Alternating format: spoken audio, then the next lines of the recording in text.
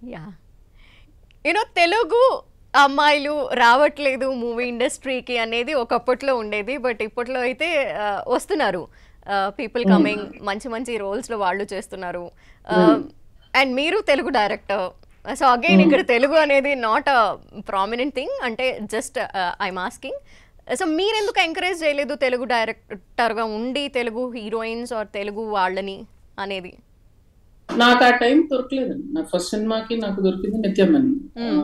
అప్పటికి 'Swathi' and 'Nani' already cinema చేసున్నారు. హ్మ్. సో, ఒరిజినల్‌గా నేను ప్రపోజ్ చేసింది 'స్వాతి' పేరు. కానీ అప్పటికి ఆల్రెడీ కాంబినేషన్ వచ్చింది కాబట్టి ఫ్రెష్ పేరుతో వెళ్దామన్నారు. సో, హ్మ్. అలా పర్టిక్యులర్‌గా తెలుగు అమ్మాయిలని వద్దు అని అనుకుని ఎవరు చేయరండి. అవును. ఇప్పుడు చాలా మంది ఉన్నారు. 'వైష్ణవి' ఉంది, 'శ్రీలీల' ఉంది. ఇంకా యాహ్! చాలా మంది ఉన్నారు. అవును. And they are coming. So, yeah! It will come. It's all cyclical.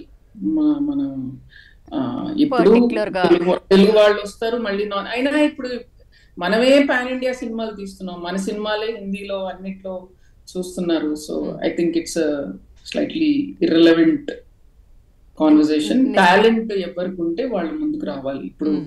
పరభాష అమ్మాయిలు కూడా వచ్చి తెలుగు నేర్చుకొని డబ్బింగ్ చెప్తున్నారు. That is the respect they are giving on yes. Language. అవును. So, you pan should India appreciate. అనగానే గుర్తొచ్చింది. రీసెంట్ మూవీస్ అన్నీ మీరే చెప్పారు pan India level movies. So, ఏ మూవీ